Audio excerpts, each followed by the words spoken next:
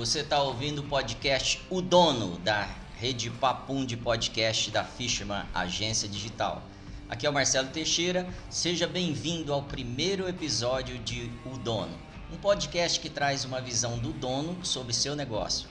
Curta, se inscreva, compartilhe e siga. Estamos no YouTube, Spotify e Facebook e Instagram, @Papum Podcasts. Hoje aqui com a gente está a Érica Fernandes, da RH Select, a Aline Silva, da AS Consultoria e Graziela, da R122. Sejam bem-vindas, meninas. E quero fazer o meu agradecimento ao Radice Café. Nada como tomar um café durante um podcast e principalmente um café especial, né? Bom, vamos lá. Sejam bem-vindas. Aqui a gente está começando essa primeira versão, essa primeira edição do nosso podcast. E é um prazer para mim receber 3 mulheres para falar do dono. Engraçado, né? Ficou meio machista esse nome aí, vocês acharam? O dono? Podia ser a dona, os donos, né? Mas tudo bem, vamos lá. O que vocês têm visto aí de mercado? O que vocês têm visto em relação às mudanças que a gente está vivendo diante da pandemia? E enquanto vocês preparam aí para participar com a gente, eu quero trazer uma explicação por que a gente chama o dono e não o empreendedor. Porque eu tive pesquisando muito sobre isso e eu achei muito material, muito livro sobre empreendedorismo, mas pouco sobre a visão do dono que está administrando o seu negócio, olhando o seu negócio e vivendo o seu negócio. E aí eu quero emendar com a segunda pergunta para vocês, que é o seguinte: o olho do dono engorda o negócio, o gado mesmo, galera? Olá, primeiro quero agradecer a participação aqui, eu sou a Graziela. Eu acredito que sim, em partes, porque o dono ele mantém a visão acesa e ele mantém o negócio no caminho que ele quer construir, mas se ele quiser crescer, ele precisa ter uma equipe bem desenvolvida que consegue atuar na ausência dele, senão ele fica preso, limitado e de repente isso pode impedir o negócio dele crescer.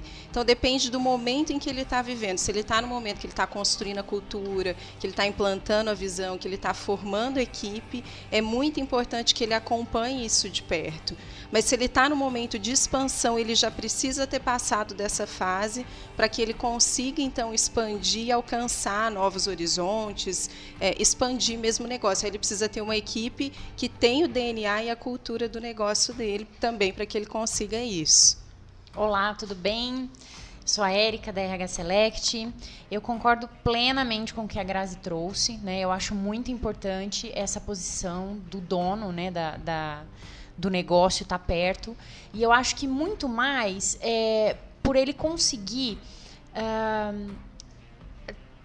transportar para aquela equipe os valores e a cultura do negócio dele.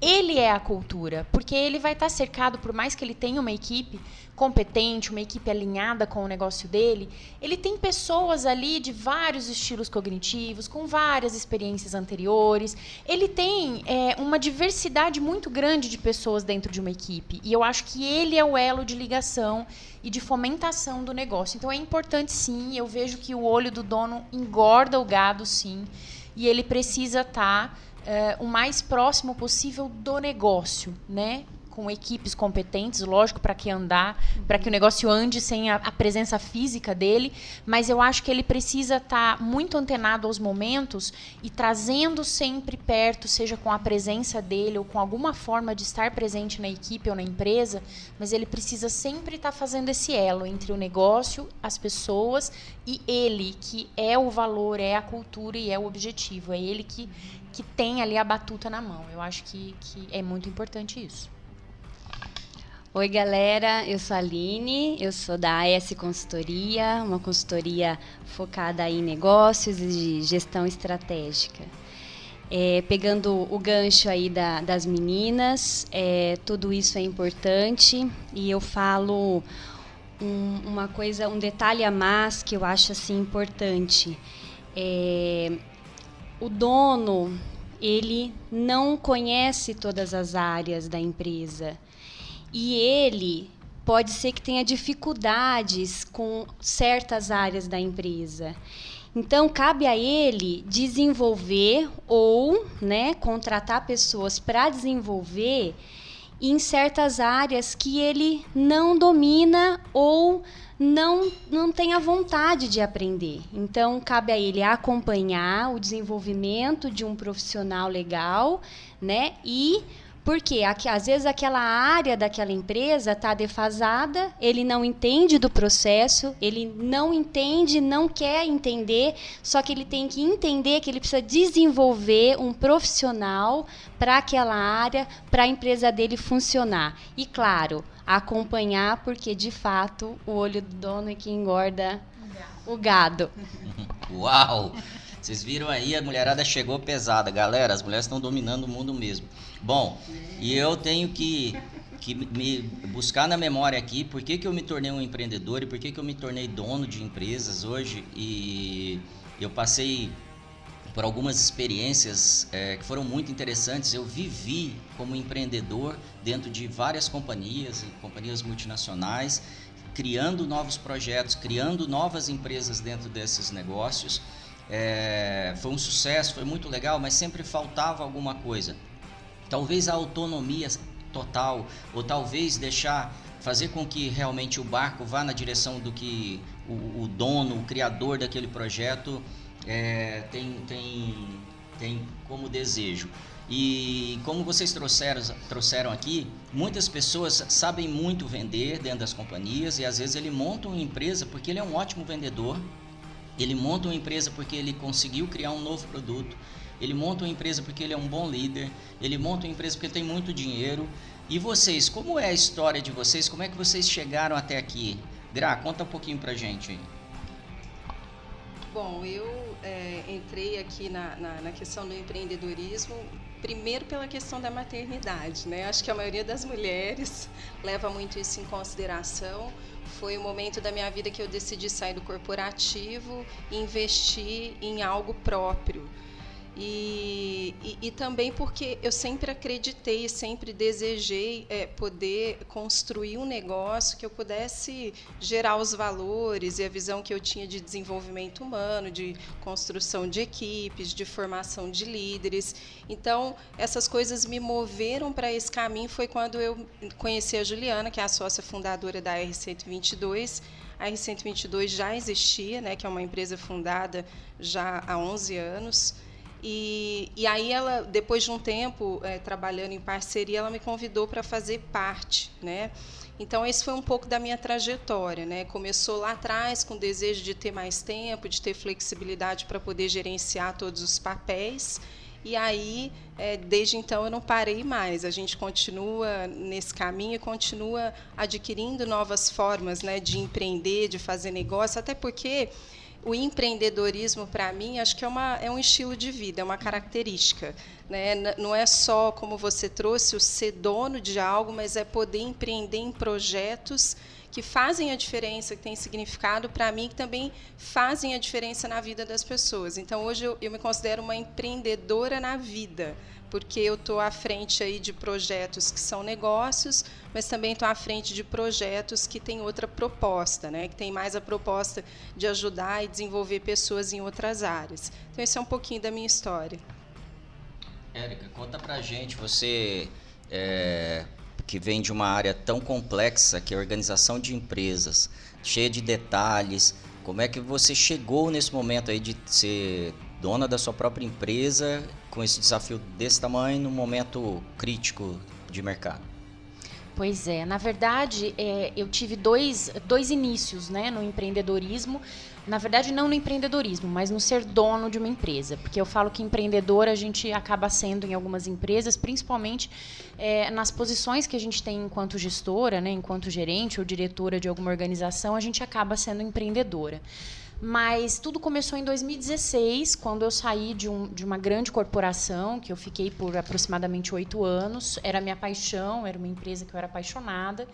E ela foi vendida e eu acabei, então, decidindo abrir a minha própria empresa, mas muito mais para oferecer ao mercado aquilo que eu, enquanto diretora e gerente de RH, tinha de dificuldade de obter de fornecedores aqui de Ribeirão Preto. A gente precisava contratar muito fornecedores de fora para poder obter o que a gente precisava. Não porque a gente era grande ou porque a gente era muito bom, não era nada disso. Mas os fornecedores aqui nos vendiam muitos enlatados e não nos atendiam, ou não conseguiam atender a gente com um mínimo de qualidade. Por exemplo, precisávamos de vários profissionais em todas as áreas, bilíngues ou trilíngues. E as agências simplesmente não, a gente não consegue contratar, ou então enviava alguém sem nem sequer investigar se tinha um segundo idioma, coisas básicas, né? Que às vezes a gente falava, olha, essa vaga obrigatoriamente tem que ser feminina, não, mandavam homens, então assim, o mínimo, né? E isso era geral, em vários grupos de RH que eu participava, a reclamação era geral. Porém, aí veio o primeiro obstáculo, né? Eu falo que falar que a gente é dono de empresa é lindo, maravilhoso, mas só a gente sabe o quanto dói muitas vezes, porque em 2016, quando eu iniciei a RH Select, né, com todos esses serviços de apoio aí a gestão de pessoas, recrutamento e seleção, assessoria, né, para os empresários, para as empresas, para as equipes de RH, treinamentos. E o meu primeiro obstáculo foi a minha cabeça, foi a minha cultura de ter sido CLT por 18 anos e aí falar, ok, agora eu sou dona do meu negócio, é muito mais investimento do que ganho no início, né? A receita acaba pesando, aquela cultura que você tem de ter o teu dinheiro todo mês, né? E aí você não tem. E eu julgava ser uma pessoa muito fraca comercialmente. Eu falava que eu não vendia nem água em deserto. E eu provei que mentira, né? Então, assim, é uma redescoberta, mas ainda com muita insegurança. Tanto que eu abri mão da minha empresa, voltei a ser CLT. E depois de passar por 2 empresas que me decepcionaram muito, em várias questões que não cabem discutir aqui, eu decidi então retomar a minha empresa, só que aí já com uma outra cabeça. Eu vim nesse período lendo muito, estudando muito, conversando muito com outros donos de empresa, fazendo alguns cursos voltados a empreendedorismo, para poder entender um pouquinho e até sanar um pouquinho essas dificuldades da minha cabeça mesmo, né? Dessa minha cultura, que eu acho que é a cultura da maior parte. E aí foi onde eu, no começo do ano passado, eu falei, não, eu vou retomar. E aí foi onde eu remodelei a RH Select. Então, hoje eu sou focada em consultoria e assessoria de RH para empresas e para equipes de RH. A parte de recrutamento e seleção para níveis mais táticos e estratégicos, não trabalho com níveis operacionais, né, em seleção, e também a parte de alguns treinamentos que acabam sendo decorrentes da consultoria, né? E aí veio o segundo obstáculo, né, que foi vender o meu negócio, entrar de cabeça nisso. Cheguei a procurar algumas pessoas comerciais, né? E aí eu identifiquei que não, ninguém melhor que eu para vender o meu negócio. Então aí foi um novo aprendizado, né? Como eu ser dona de uma empresa, entender sobre financeiro, ter sobre a minha batuta a contratação de outros profissionais para minha empresa, mas aí eu sou a folha de pagamento, né? E não mais eu gerencio profissionais da folha. Então, eu acho que foi um aprendizado muito grande para eu conseguir ser dona do meu negócio, e ainda está sendo. E aí veio a pandemia toda, que aí essa inovação, que eu acho que a gente vai abordar aí mais adiante, ela veio mais pesada ainda, formas da gente estar em contato com os clientes, da gente ajudar clientes, da gente despertar a necessidade, né? Porque eu falo que tem muito pé descalço para calçar, né? Então, eu acho que de achar novos nichos, novas demandas e como chegar aos clientes, que a gente está numa região que, queira ou não, as empresas ainda não tem muita mentalidade, né, para terceirização de um RH ou de gestão de pessoas, principalmente comércio, é quem mais sofre com pessoas, rotatividade, maus profissionais, enfim, e são os que mais são resistentes a obter uma ajuda externa, né?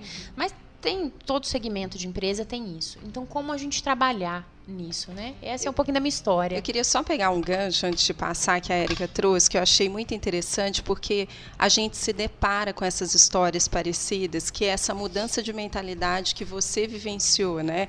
De sair da CLT e como é diferente quando você é dono de um negócio. Totalmente. Né? E você falou de uma coisa que é interessante, que a gente vê muito mais nas mulheres, mas ainda existe um gap, que é a busca que você fez para se desenvolver e se preparar para então encarar realmente, retomar essa coisa de ser dono de um negócio. O quanto é importante, quer dizer, desenvolver essa mentalidade de gestor, desenvolver as soft skills que são necessárias, né? Você falou que não sabia vender e, de repente, você teve que aprender. Quer dizer, você se deparou também com um universo de habilidades que talvez você não tivesse desenvolvido tanto ou nem tivesse desenvolvido antes, porque não era necessário, mas então, quando você se viu dona, você falou, poxa vida, eu preciso aprender isso.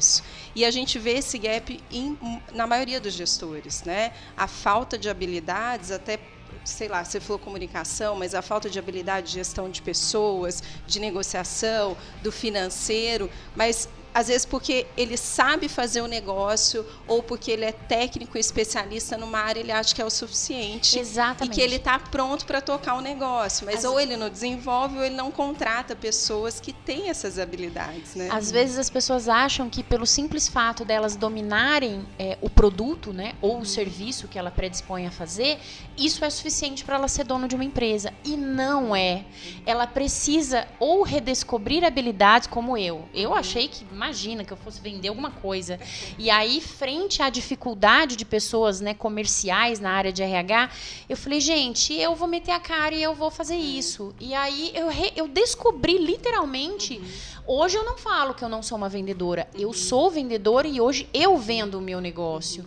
Mas eu tive que primeiro aceitar que eu tinha essa habilidade, eu tive que descobrir, né, redescobrir muitos outros skills que eu achava que eu tinha meio adormecido, que eu não tinha.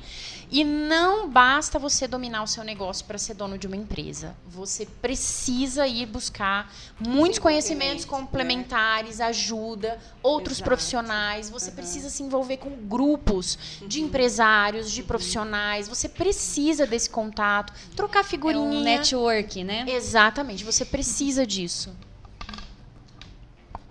Até porque cada escopo de liderança, né, que a gente assume é um pool de habilidades diferentes. Né? E muitas vezes o empreendedor, o dono, principalmente o pequeno e médio empresário, ele está pouco atualizado a respeito disso e muitas vezes ele nem acredita que ele precisa. Né? Quando a gente fala de desenvolvimento humano nessa esfera de organizações, é uma dificuldade, é uma resistência absurda, porque ele, primeiro que não se vê como investimento, mas a maior dificuldade que muitas vezes esses donos têm é justamente de lidar com pessoas.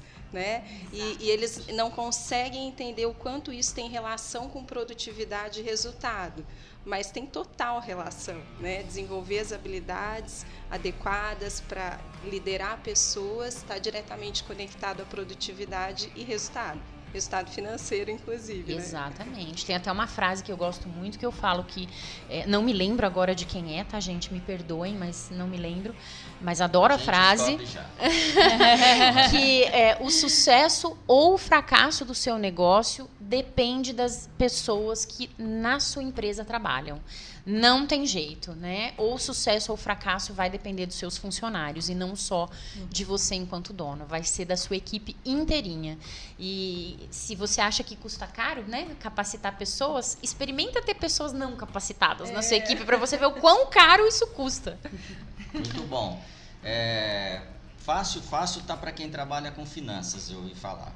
Que não tem problema, o dinheiro tá sobrando, é fácil empreender e administrar a empresa. Eu ouvi isso aí como uma frase verdadeira. É verdade isso, Aline? Olha, não sei se é verdade não, mas eu acho que não, viu? Então conta a sua história pra gente, como é que foi, como você chegou até nesse ponto da sua carreira. Eu comecei a trabalhar muito novinha, eu falo que eu comecei a trabalhar com 14 anos e eu fui guarda-mirim, guardinha, lá na minha cidade de Jardinópolis. Legal.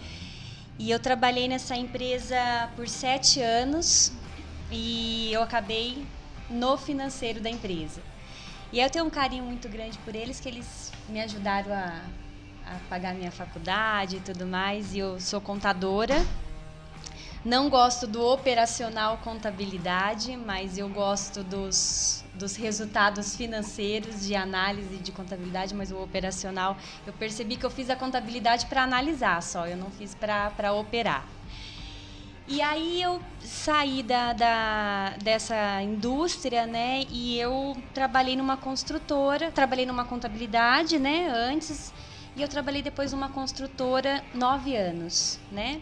E essa construtora foi aonde eu cresci e profissionalmente, com maturidade, cresci e desenvolvi totalmente assim como pessoa, como profissional. Por quê? Uma construtora, se passar 9 anos, a construtora tem altos e baixos por conta do setor, né? É um setor que a economia atinge totalmente, assim, né? Então nós passamos aí por 2 crises grandes e a empresa passou um momento difícil e foi exatamente nesse momento difícil que eu me formei, né? E que eu aprendi a ser gestora financeira, né? Não estou falando que eu não sei de todas as áreas, né? Mas exatamente a parte da construção civil e a parte financeira foi aonde eu mais domino, assim, né?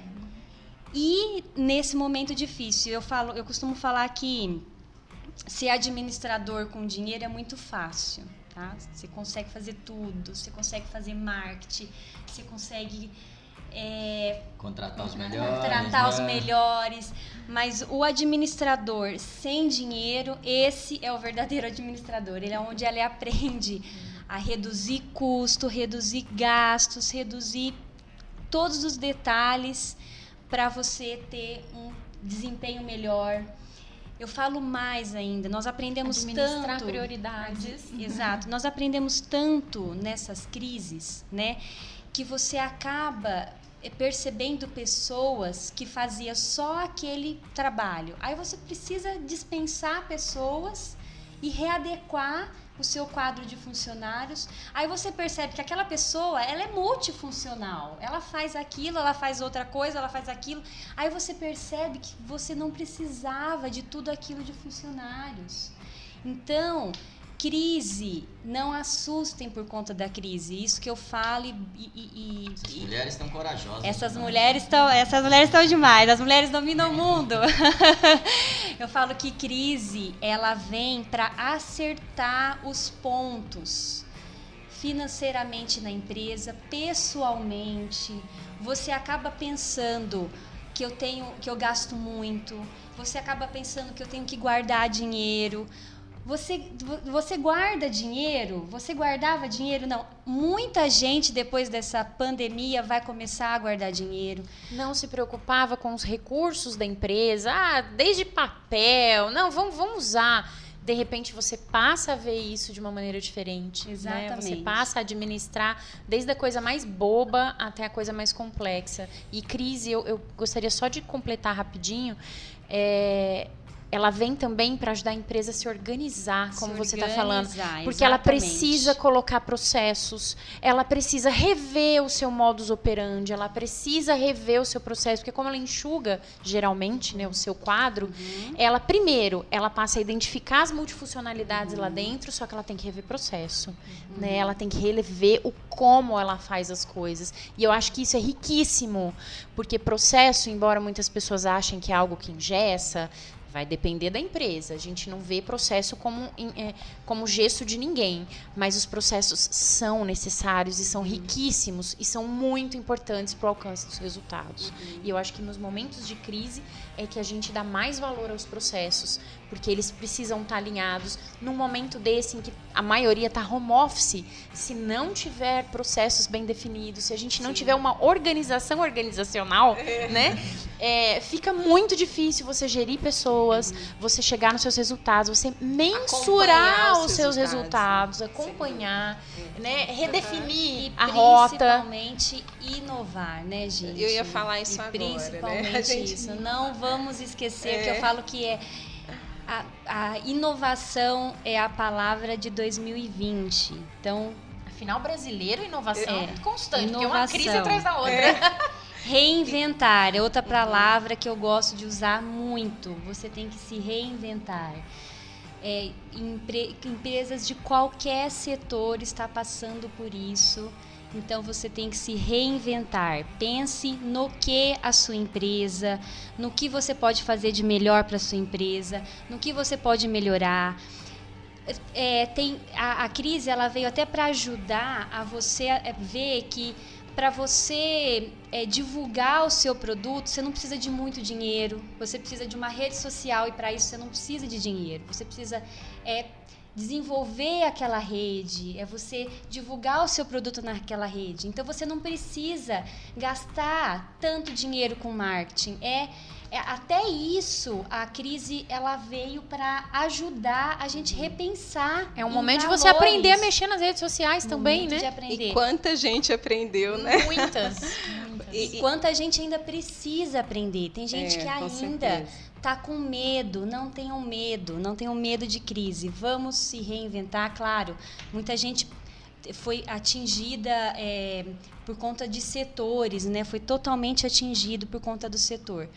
Mas não tenham medo de se reinventar, de inovar. Hoje existem formas e estruturas baratas para a gente fazer isso. A gente não pode deixar de falar que, principalmente essa que a gente está vivendo agora, ela afetou muitas pessoas, muitas famílias, de uma maneira bastante intensa. Isso a gente não pode deixar de falar e deixar de considerar, né? A crise não tem só o seu lado positivo aí. Muitas empresas dispensando funcionários que famílias dependem disso e hoje passam algumas necessidades e tudo mais. Mas eu acho que, enquanto seres humanos, a gente também tem que olhar para a gente e falar, bom, peraí, eu estou aqui perto de um fundo do poço, a crise pegou minha família, o que eu posso fazer? Quantas pessoas estão se descobrindo, sei lá, às vezes trabalhavam com TI e de repente começaram a fazer doce em casa para vender. Então, eu acho que também é uma questão não só das empresas, mas das pessoas, de modo geral, uma oportunidade de se olharem, de tentarem coisas novas que antes não tentavam, porque tinham, queira ou não, a comodidade de um emprego, de uma estabilidade. E eu acho que isso é um momento importante também para as pessoas não terem medo, usando a sua frase, né? A insegurança bate, gente, bate. Eu falo de carteirinha. Bate muito. Né? Eu falo de experiência própria, bate em vários momentos. Mas eu acho que é um momento da gente respirar, parar, não se desesperar e falar o que eu posso fazer. Deixa eu ver uma oportunidade no meio desse caos todo, porque também tem flores que nascem de pedra, né? Então acho que isso a gente tem que nos impulsionar e mudar a nossa cabeça, porque senão a gente vai ficar sempre naquela coisa, e agora? Destruiu, acabou. A empresa é culpada pela minha derrota, ou a empresa é culpada pela situação que eu estou porque ela mandou embora. Não, peraí, tem o lado do empresário que é muito sério. Hoje a gente sente isso na pele porque a gente se tornou, né, donos de empresas e tivemos que fazer ajustes, enfim. Mas eu acho que é uma oportunidade para todos enquanto seres humanos e não só donos de empresas ou profissionais, ou eu acho que é uma maneira geral. Muito, muito bom. Está muito claro que é a hora de inovar, é a hora de se reinventar, fazer coisas novas, cortar custos, trazer uma nova visão sobre a equipe, otimizar processos, muito bom. Um exemplo disso é uma empresa que chama CargoX, que está na lista aí de empresas mais inovadoras. Ela não criou nada demais, ela simplesmente conectou os caminhoneiros aos produtores de carga e hoje eles têm 150 mil motoristas e quase ninguém sabe disso ainda, né? E conseguiram reduzir 20% do custo das viagens. E hoje você tem menos emissão, né, de CO2 na estrada porque essas cargas estão sendo mais bem aproveitadas. É uma empresa de disrupção que ela pegou o que tinha, o simples, e atualizou. Pegou algo que o Uber já fazia, que talvez outras empresas fizessem, e trouxe para a realidade dele. Então, na verdade, inovar, muitas vezes você não precisa inventar a roda, você precisa atualizar a sua empresa, você já traz uma mudança, uma inovação. Tem 3 pontos que eu considero muito importantes, fizeram parte da minha carreira e um deles, até muita gente não concorda, funcionou muito para mim, talvez não funcione para você como dono do seu negócio. O primeiro é liderança. Então, eu preciso ter liderança do meu negócio. Liderança quer dizer a gestão de todas as áreas. Eu não posso ter liderança só de equipe. Eu tenho que ter liderança de processo, eu tenho que ter liderança dos meus fornecedores, eu tenho que ter a liderança de todos os stakeholders do projeto ou da empresa que eu dirijo. A outra é a quantidade de ideias que eu gero dentro da minha companhia. Muitas empresas estão preocupadas, viveram preocupadas em não trazer novas ideias e hoje elas pagam um preço muito alto. Funcionaram muito bem, mas estão desatualizadas. Talvez precisassem de um pequeno ajuste, mas não aceitaram ideias de repente de quem vivia o processo dentro da empresa. Então o olho do dono engorda o gado, engorda o seu projeto quando ele vê o que está acontecendo e aproveita as oportunidades que estão acontecendo dentro do projeto dele, não só o que está acontecendo fora. E o outro ponto que para mim é muito importante é o fluxo de ideias. O fluxo de ideias, normalmente numa companhia, ela passa por processos muito burocráticos. E fluxo de ideias não pode passar por fluxos, por uma área burocrática. Ela tem que ser a mais simples possível. Por exemplo, as empresas que têm dado mais certo, ela tem colocado comida, bebida, geladeira, café, puffs para a galera ficar à vontade, porque naquele ambiente eles estão à vontade para poder exercer o seu processo criativo. Isso eu vi funcionar em uma companhia que eu trabalhei. A gente teve um problema, inclusive, de uma época, porque a gente mudou de prédio muito rápido, 3 vezes, porque a gente precisava sair de um prédio, mas o destino que tínhamos não estava pronto ainda. E aí a gente foi para um coworking, ficamos um tempo lá. Quando chegamos nessa terceira sede, foi estranho, a equipe já estava se separando. A gente simplesmente levou um Border Collie e ele ficou com a gente 2 meses na empresa. A conexão que aconteceu, o que aconteceu com a equipe foi sensacional, a produtividade aumentou e ninguém precisou dar palestra motivacional e nada. Simplesmente um investimento pequeno, com a pessoa tinha um cão, emprestou para a gente e a gente fez essa diferença. Galera, hoje há 52 milhões de empreendedores no Brasil. Isso é um dado de 2018. Claro que isso pode ter mudado agora, mas eu vou te dar um dado de agosto de 2019. Em agosto de 2019 foram abertas 286 mil empresas no Brasil. São 286 mil CNPJs em um só mês.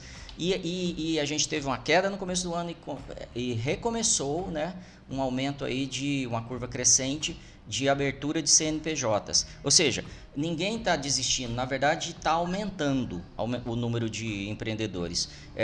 O número de empreendedores jovem vem crescendo absurdamente. Então o jovem já vem entendendo essa mentalidade, né, de empreender, de construir o seu negócio, de assumir. O número de pessoas mais velhas também cresceu muito. Então, pessoas acima de 55 anos estão voltando, em vez de voltar para o mercado, elas estão abrindo seus próprios negócios. Seja um pequeno negócio ou uma grande empresa. Como é que é isso para vocês, essa parte de uma mudança tão ameaçadora que a gente viu no mercado e agora uma reação das pessoas? Isso é devido ao quê? Como vocês entendem isso? Eu falo que isso é um crescimento, né? Um crescimento pessoal.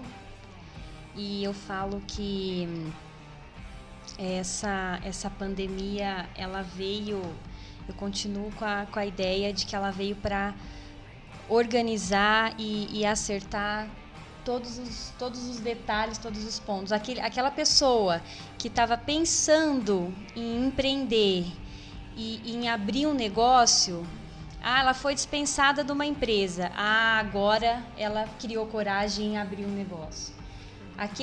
Aquela manicure, aquele salão que fechou, ela estava repreendida, ela estava, né, segurando para não se desenvolver sozinha, não tocar a vida sozinha. Acabou Nesse se tornando momento uma oportunidade, foi uma oportunidade para ela.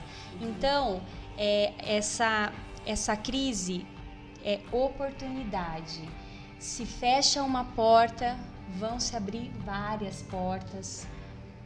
Dado importante aí do CNPJ, isso é um dado muito legal, porque nós estamos vendo assim, na TV, taxa de desemprego, mas eu acho que em nenhum momento ninguém tirou essa informação aí, do número de CNPJs que foram abertos. Acho de oportunidades de novas, exatamente, né? Exatamente. Você vai falar disso agora, que eu queria pegar um gancho do que você falou. Quer pegar o gancho dela? Quero. Então, eu só queria falar que eu acho que como ameaça, muita gente empreendendo, eu não vejo como ameaça, eu vejo como um desenvolvimento natural do mundo. Porque hoje, por exemplo, existem muitos trabalhos, existem muitas profissões que a gente nunca imaginaria existir há 20 anos atrás. E elas se deram a partir do quê? A partir de dificuldades econômicas, a partir de crises que o país passou. Enfim, isso foi transformando a economia, foi gerando novos trabalhos, foi gerando novas profissões, novas áreas, a própria tecnologia, né, com as várias frentes que a tecnologia abriu, quantas novas profissões que a gente nunca imaginou ter no mundo, né, e tem hoje. Então, eu acho que esses jovens empreendendo, ou pessoas mais velhas empreendendo, enfim, eu não vejo como ameaça, eu vejo como um desenvolvimento natural do mundo. E daqui a 15 anos, 20 anos, até daqui 10 anos, eu acredito que vão ter novas profissões ainda que hoje a gente não imagina que elas existirão. Eu falo menos. Menos. Agora uma coisa que eu imagino, e aí eu quero jogar a bola para você, Grazi, que aí é teu campo. Mas eu acho que, para que essa quantidade de jovens, de pessoas mais velhas, enfim, de pessoas empreendam, eu acho que elas têm que buscar desenvolvimento, aprendizado, não é só a vontade de querer fazer, eu acho que elas têm que saber fazer, porque ao mesmo tempo que se abrem muitos CNPJs, se morrem muitos CNPJs. Eu ia falar né? pouco disso. Então, vai aí pro teu campo. Morrem muitos CNPJs, né? Porque é muito legal a gente ver, né, a oportunidade que a crise oferece, as pessoas se movimentando, as pessoas criando coisas, se desafiando, mas a gente sabe que se elas não estiverem preparadas, elas não conseguem sustentar, e aí pode ser que venha outra crise muito rápido e talvez pior até do que aquela que iniciou, né? E pegando esse gancho, uma coisa que o Marcelo trouxe, que para ele foi fundamental quando ele começou a falar de liderança, que eu acho que tem tudo a ver com isso que a gente está falando, é que a gente precisa entender que o mundo, de qualquer forma, ele mudou, ele é outro. É claro que essa pandemia ela acelerou um processo de mudança, mas a gente está vivendo num mundo volátil, incerto, cheio de variáveis que a gente não previa, né? Então, os líderes eles têm que lidar agora até com questões ambientais, né, com desastre, com questões que acontecem, como a gente viu recentemente, e que muitas vezes pode afetar a sua companhia, dependendo de onde você estiver situado, localizado, né? Então, o que a gente precisa pensar? Que conhecimento técnico e o conhecimento que a gente tinha anteriormente já não serve mais para hoje, né? Se antes os líderes, de uma forma geral, se pautavam exatamente nisso, no conhecimento técnico e naquela mentalidade de que ele tinha que ter todas as respostas, quer dizer, para liderar num mundo VUCA, isso é impossível. O líder de hoje, ele precisa saber que ele precisa atuar com outro estilo de liderança, ele precisa saber fazer perguntas, ele precisa escutar mais a equipe, ele precisa criar espaços em que a equipe se sinta segura para criar, para inovar, para pensar, ele precisa ensinar as pessoas a pensarem, inclusive para que elas se tornem mais autônomas, mais autorresponsáveis, mais maduras para poder tomar decisões com mais segurança, para poder assumir riscos, que tem um pouco a ver com essa coisa que você falou de criar espaços, né, que promovem isso. Na verdade, por trás disso tem que ter essa cultura, essa mentalidade do líder, né? Então, por exemplo, eu até peguei um dado aqui, que foi um estudo feito pela Google. Em 2012, eles estavam em busca de desvendar o segredo por trás das equipes altamente bem-sucedidas. Então, o que eles fizeram? Eles pegaram 180 equipes diferentes de dentro da Google e eles analisaram fatores como gênero, formação educacional, hobbies, personalidades, mas nenhum desses pontos revelou se revelou como um fator de sucesso. Então, eles mudaram o foco da pesquisa e eles passaram a buscar por tradições e padrões comportamentais, ou seja, o que está por trás dos comportamentos das pessoas, o que elas carregam e que fazem essas equipes se tornarem equipes bem-sucedidas. É claro que eu estou resumindo aqui, né, um pouco desse estudo, mas o que eles descobriram que depois eles foram chamar, eles usaram um termo de segurança psicológica. Essas equipes que são altamente bem-sucedidas, elas constroem uma crença que é compartilhada pelos membros dessa equipe, onde a própria equipe é segura para assumir riscos interpessoais. O que é isso, né? São organizações que conseguem construir ambientes onde as pessoas se sentem seguras e livres, confortáveis para serem elas mesmas, ou seja, para que elas possam, então, colocar para fora o potencial que elas têm. E essa é uma capacidade do líder. Só vou fechar com isso, que também tem a ver com o que você falou, que eu queria deixar 3 pontos de atenção que o líder tem que ter. O primeiro é a liderança de si mesmo, né?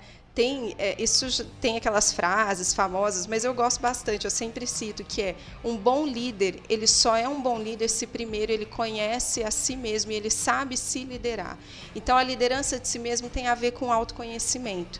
E o autoconhecimento é a base para o autogerenciamento. Não tem como eu me gerenciar bem se primeiro eu não buscar me conhecer. Então, o líder ele precisa saber quais são as forças que ele tem, quais são os calos que ele tem, quais são os valores, aonde ele quer chegar, o que ele tem de habilidades, o que ele precisa desenvolver.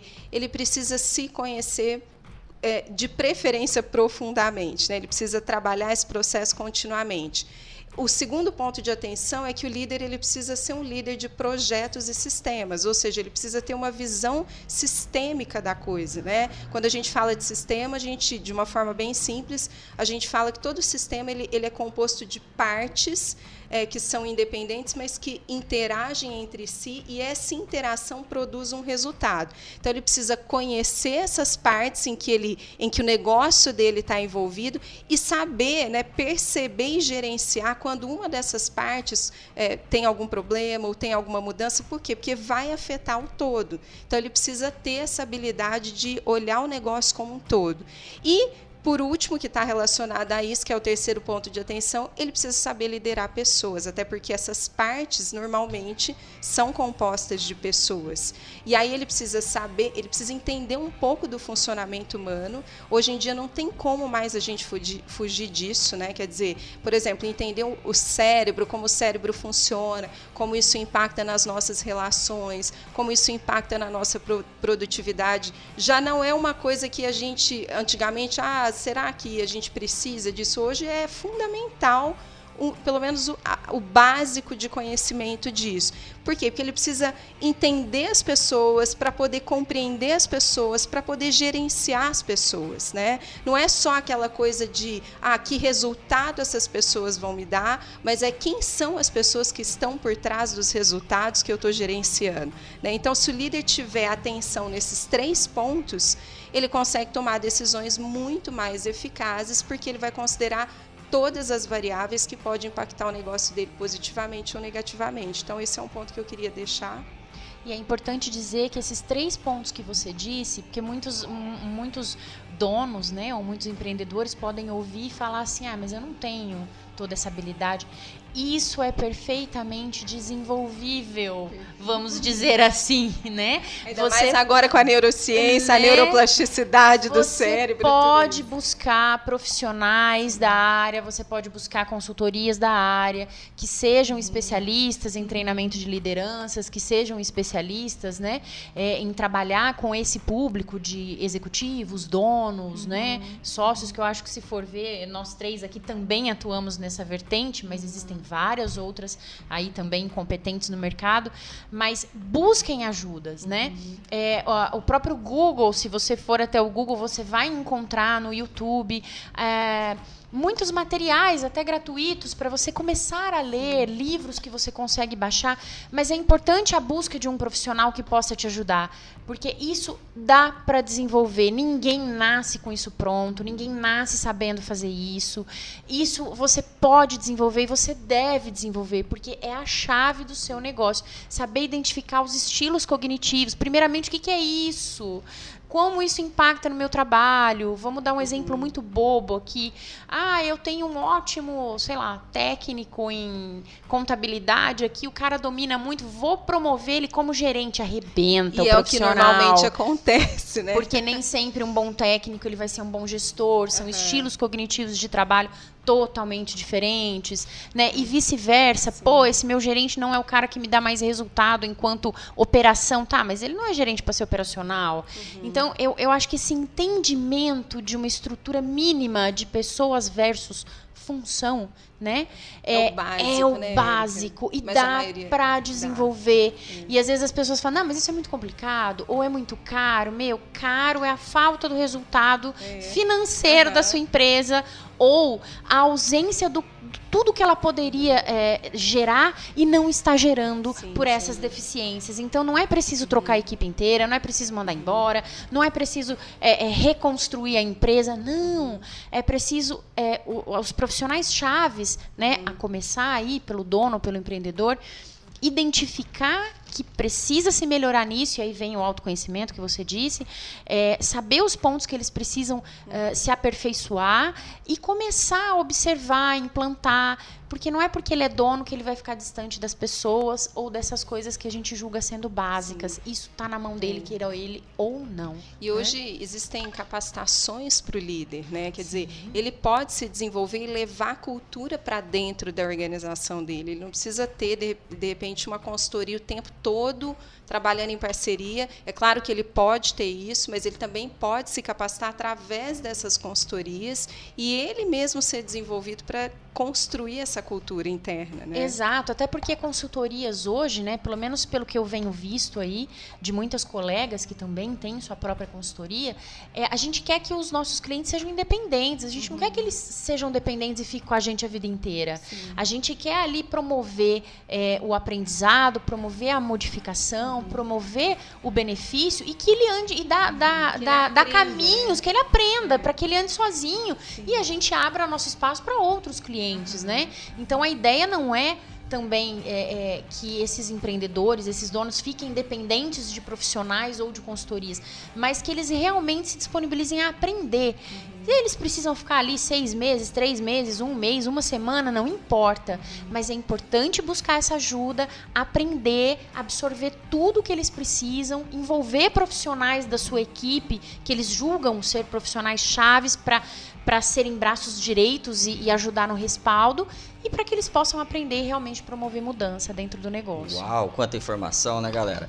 Mas diante de tanta necessidade de desenvolvimento, muitas vezes a gente fica meio travado. Para que caminho eu vou? O que eu devo fazer? Quem é o profissional que eu devo buscar? E a Aline estava me contando um pouco da maneira deles trabalharem com a área financeira das empresas. Porque muitas vezes o problema da empresa é só o financeiro, ou atinge outras áreas, mas o financeiro é afetado automaticamente. Aline, como é que vocês trabalham isso? Conta um pouquinho dessa empresa, desse projeto que vocês têm e qual é o grande desafio para esse empreendedor se atualizar, ser desenvolvido dentro da consultoria que vocês entregam, e qual é o resultado que ele pode esperar? Eu falo que quando a empresa ela tem um problema no financeiro, né? Provavelmente o problema ele vem lá no departamento comercial. Porque a empresa, muitas vezes, ela não tem a cultura. Pequenas e médias, tá? As grandes já fazem, eu falo que já fazem mais a lição de casa do que pequenas e médias, né? Eles não têm a cultura de utilizar um sistema na empresa, de implantar um sistema na empresa. Então, por exemplo, às vezes o departamento comercial ele está utilizando uma ferramenta, o departamento de compras utiliza outra ferramenta e o departamento financeiro fecha com uma planilha em Excel. Então, isso tem muito. As empresas deram certo até hoje, assim, não, tá tudo bem, deram certo, mas o tempo que você perde preenchendo e analisando aquela planilha, ou o tempo que o seu funcionário faz isso, você tendo um sistema implantado na empresa, isso vai facilitar, isso vai minimizar erros, isso vai te auxiliar na tomada de decisão no final. Então, quando a empresa ela não tem um sistema implantado, é aí que eu começo, é por aí que eu começo. E com a ajuda das meninas, com o treinamento, né? Porque tem que treinar. A empresa ela tem que ter treinamentos. Ninguém nasce sabendo. Então, é por isso que as meninas aqui focam tanto e elas estão certas. Treinamento, desenvolvimento de pessoas e implantação de processos e sistemas. Isso é primordial para uma empresa. A partir daí é que o dono da empresa vai olhar o relatório e ele vai saber aonde ele está gastando mais, aonde ele está gastando menos.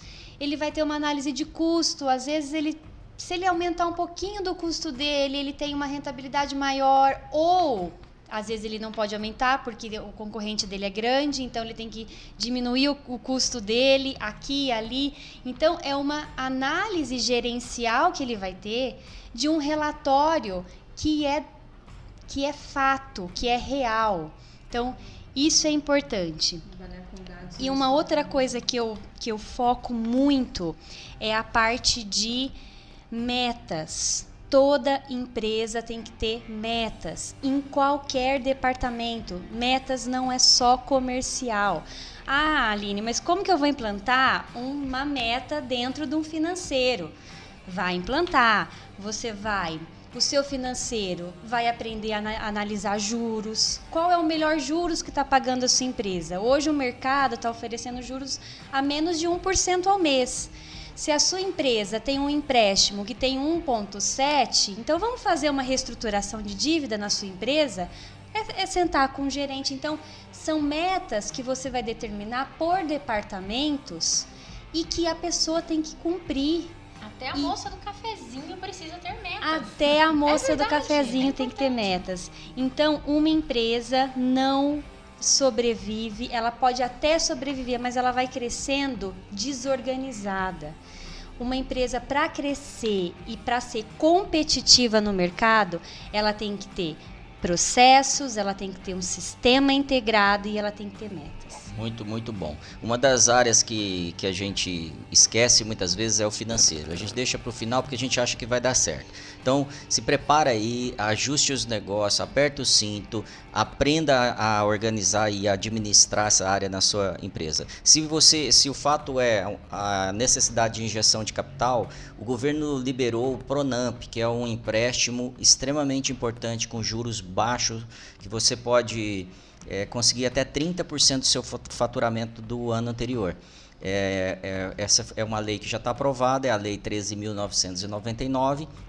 Então, procure o seu gerente do banco. Eu tenho ouvido falar que pelo Banco do Brasil tem conseguido, mas quem mais tem liberado esses créditos é a Caixa. Não está simples, mas eu sei que o governo vai flexibilizar um pouco mais. Então, procura lá, que eu acho que é 2% mais 1,25, alguma coisa assim. Dá aproximadamente 3%. Aproximadamente 3%. E o importante é procurar o contador, porque a análise desse empréstimo ela é feita sobre o seu faturamento do ano anterior. Então, é importante procurar o contador e ele, junto com o gerente do banco, ele vai encaminhar melhor aí. E o governo também está enviando uma carta, tá, para o seu contador, já com um código para liberação desse valor. Eu já recebi, por isso que eu estou falando aqui, elas estão rindo de mim. Você que não está vendo, Não, é que eu falei antes. E eu não estou cheio da grana, não chegou não. O governo também já liberou R$1 trilhão no mercado. O que a gente quer dizer com isso? Que o mercado vai ser aquecido de alguma forma. Claro que não como a gente estava, mas não há... não estão todas as portas fechadas. Aproveite, tem um monte de medida nova, tem FGTS sendo liberado, tem negociação de dívidas, tem impostos sendo prorrogados. Então aproveite, reorganize sua empresa. Falando em reorganizar, como é que vocês fazem essa parte de reorganização, de ajuste de processos nas empresas. Como é que é essa experiência? Conta pra gente, Érica. Bom, vamos lá. A gente faz essa assessoria não só para empresários, né, donos de empresa, franqueados, enfim, que querem implantar ferramentas, sistemas, né, processos aí para a gestão de pessoas, como também a gente faz assessoria voltada para equipes de RHs que precisam de alguma ferramenta ou de algum processo aí do dia a dia. Implantar um processo de seleção, implantar uma avaliação de desempenho, um PLR, enfim, cargos e salários, enfim, coisas mais operacionais aí do dia a dia. E isso é muito importante, a gente sentar, primeiro, tem que levar em conta a cultura da empresa, não dá para a gente, o serviço que a gente vende numa empresa vender na outra, é totalmente personalizado.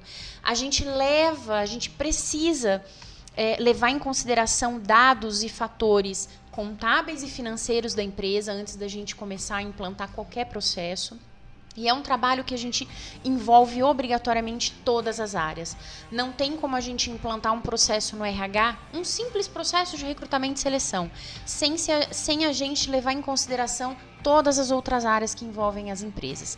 Então, esse trabalho, né, eu falo que a maior dificuldade que a gente tem muitas vezes é com a cabeça do dono, ou com a cabeça do CEO, ou com a cabeça do profissional que está no topo, porque ele não entende a necessidade. Muitas vezes a gente fala, olha, é necessário, porque o processo que eu colocar aqui, eu vou impactar nas outras áreas.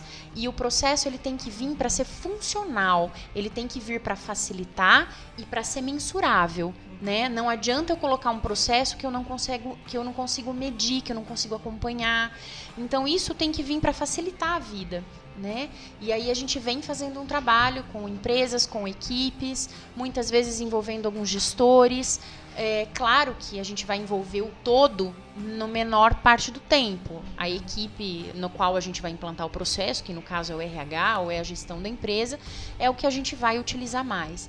E a gente faz desde implantação com equipe nossa estando alocada lá dentro, como a gente utiliza mão de obra da própria empresa para a gente desenhar os processos. Então, a gente precisa entender começo, meio e fim da empresa para que a gente consiga implantar processos funcionais. Isso é de grande importância. Não adianta a gente querer implantar processo olhando única e exclusivamente para o setor onde a gente vai implantar.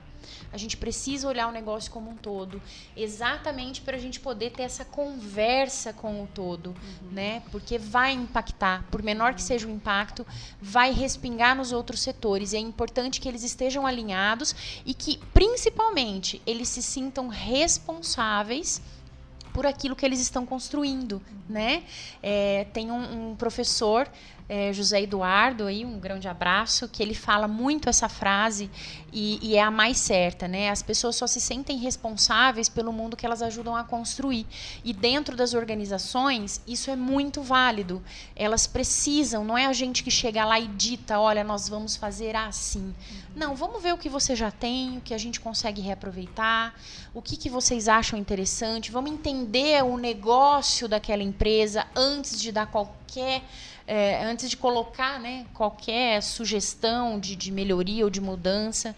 Então, o levar em consideração o negócio, as pessoas, a cultura, o modo que essa empresa trabalha no mercado. Então, mesmo se a gente for precisar alterar drasticamente, tem coisas positivas que precisam ser mantidas, que são importantes, e comunicação. Todos precisam estar alinhados nessa construção de processos, nessa revisão de processos, nessa assessoria. Todos precisam saber para evitar as fantasias, né, que levam muitas vezes ao fracasso de qualquer implantação.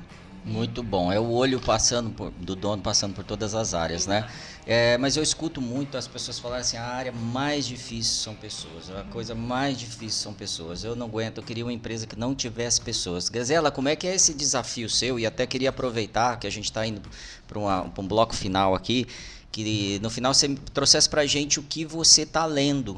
E o que tem sido interessante nesses dias aí, ou de repente um curso que você está fazendo. Mas como engajar pessoas, como transformar líderes em multiplicadores, como é que conta um pouco da sua experiência para a gente.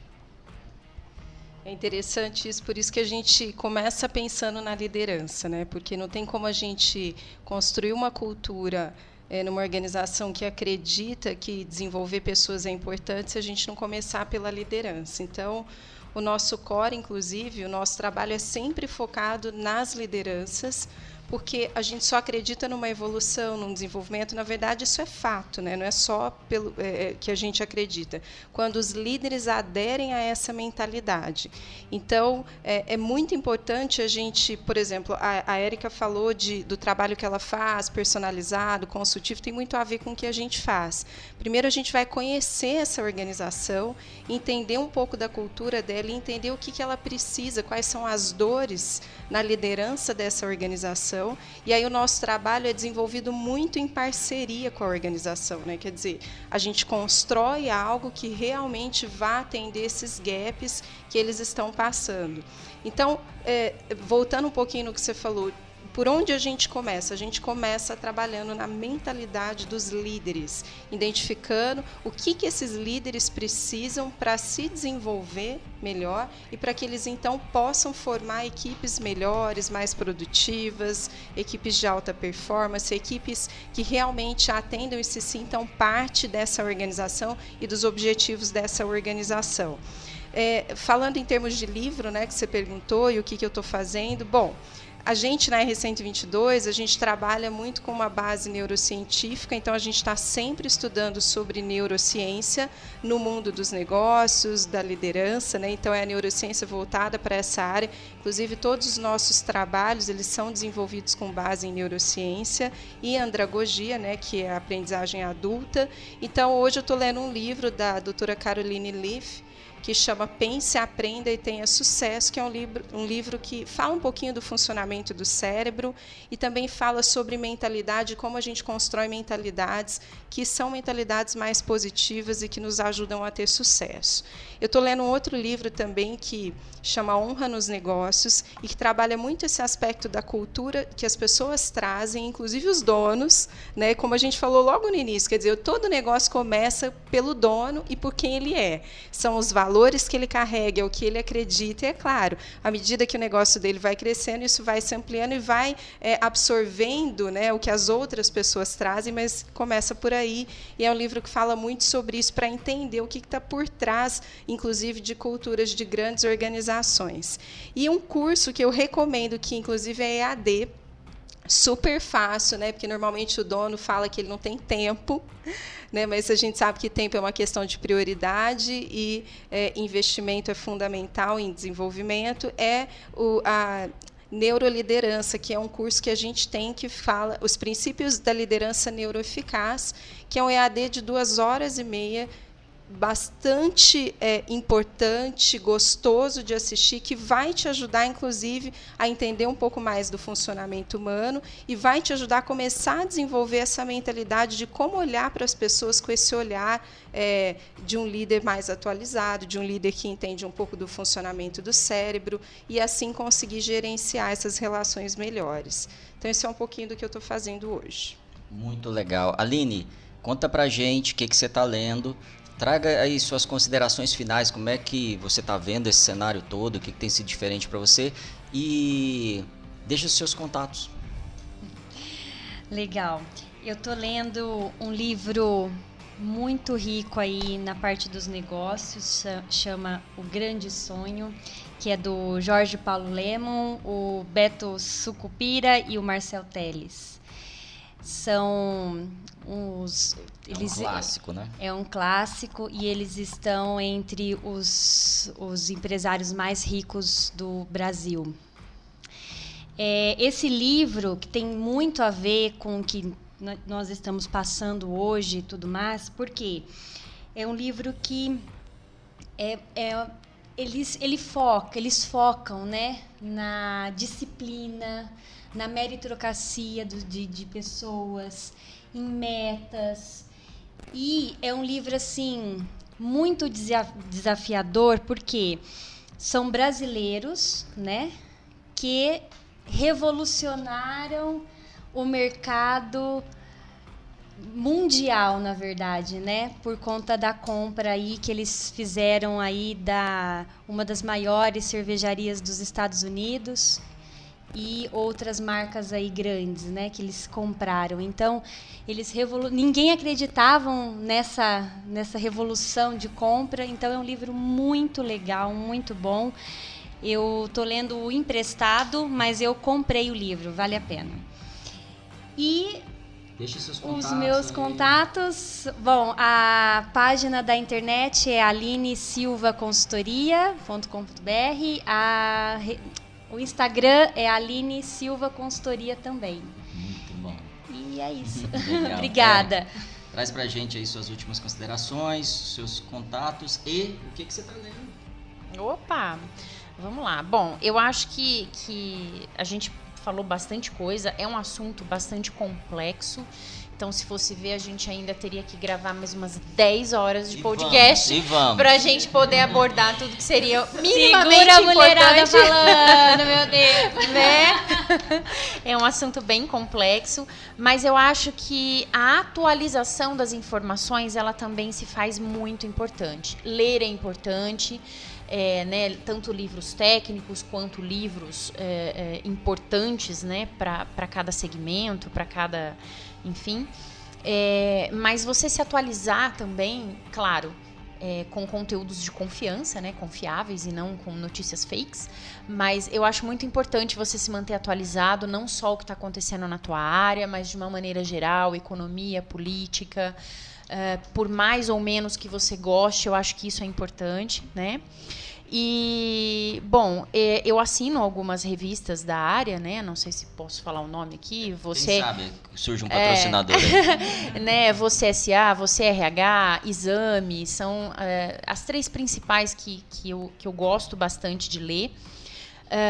Mas eu também estou lendo um livro, O Jogo Interior do Tênis, de Timothy Galway. É um livro bastante instigante, ele nos faz pensar, ele utiliza, né, a estratégia mental do tênis voltada à estratégia mental para o profissional, né? Então ele faz a gente fazer esse bate-bola interno de vários pontos. Muitos deles a gente já abordou aqui, da insegurança, do como a gente define os nossos objetivos. É uma coisa bem, bem pessoal mesmo, né? É algo para você ler, refletir, fazer literalmente um bate-bola interno com os seus pontos, como você define seus objetivos, as suas estratégias de busca. Passa um pouquinho pelos sentimentos, né, de insegurança, pelos sentimentos de persuasão, enfim, por várias questões aí emocionais, né, que somos seres humanos, né? Então não tem como tirar isso da gente. E é um livro bastante instigante, O Jogo Interior do Tênis. Então, além dessas revistas, algumas notícias, né, em alguns sites, por exemplo, como Reuters, que eu costumo ler bastante, e estou lendo no momento também alguns materiais muito específicos, técnicos, voltados aí à PLR e a parte de avaliação de desempenho para esse momento home office, né, que muitas empresas aí estão com dificuldade de mensurar resultados, de revisar metas, enfim, de rever todo um PLR, né, ou todo um programa aí de participação de lucros, mensurar, avaliar seus profissionais à distância. Então eu estou lendo aí uma série de materiais bem específicos, né, além do livro e dessas revistas, que são periódicas.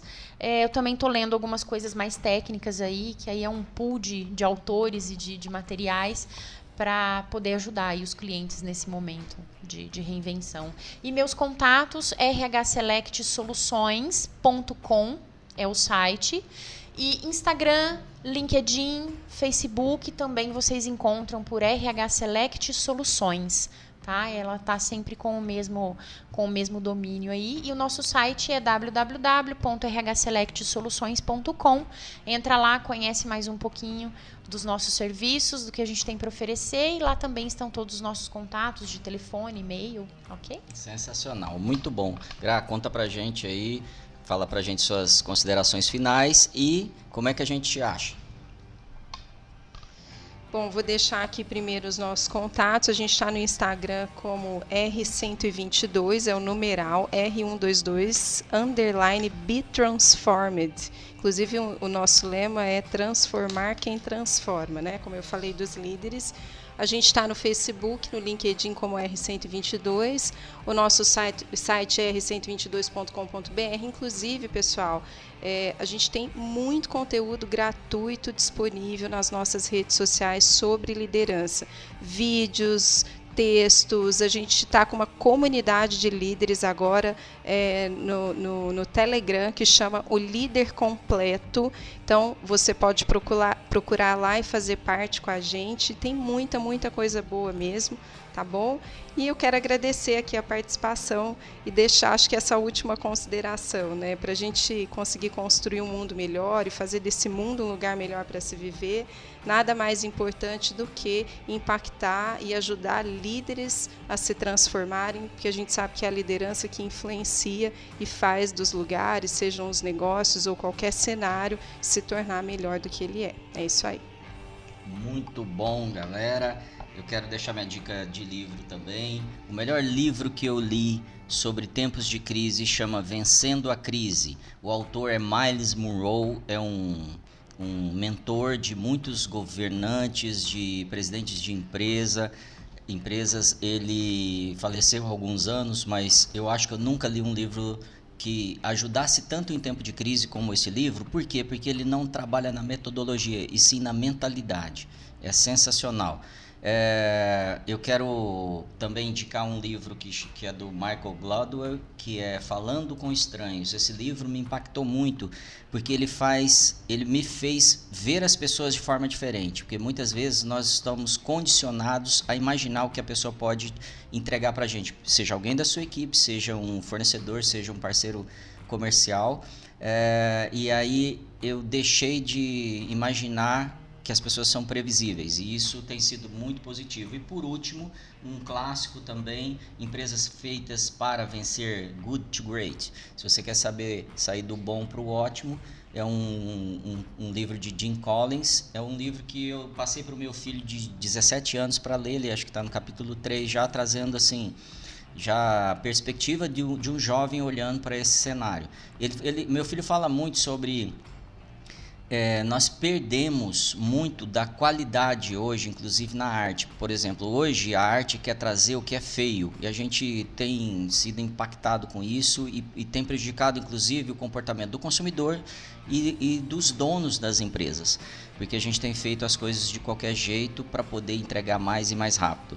Vamos mudar essa história, vamos sair do bom e vamos para o ótimo. E por último, eu quero agradecer, sim, demais a presença de vocês três, viu? A salva de palma aí, galera, para elas. Nós que agradecemos a oportunidade e o convite. Vocês foram demais, espero que a gente faça vários podcasts aqui. Acho que um dos temas que a gente tem que trazer é a questão do remoto, dessa nova vida remota, dessa nova dimensão do remoto no mercado, né? Então se preparem, logo a gente vai estar falando sobre isso. E para você que está ouvindo, eu quero te dizer que tem 1 milhão de jeitos de dar errado. Não pense que tudo vai dar certo, mas você já está aqui. Está lutando, talvez pela sua família, pelas pessoas que ama, por um sonho ou um propósito maior que você. Não importa. O que importa é que você chegou até aqui e continua lutando. Você é o tipo de pessoa que muda o mundo. Não se conforma com o medíocre. Você é o tipo de pessoa que levanta da cama com o objetivo e tem fé que vai conseguir. Você é o tipo de gente que não pode ser parada. É resiliente. E as pessoas comuns não vão te apoiar. Não podem entender. Você é um pioneiro. E em um mundo com tantos desafios e com recursos limitados, precisa de um lutador como você para abrir caminho e gerar oportunidades para a sociedade e para a sua família. Continue fazendo o seu melhor. Você foi chamado para ser o dono. Aquele que não dorme, e quando dorme, um olho está aberto. A gente se vê na próxima segunda-feira. Esse podcast é um oferecimento da Papum, podcasts da Fishman, agência digital.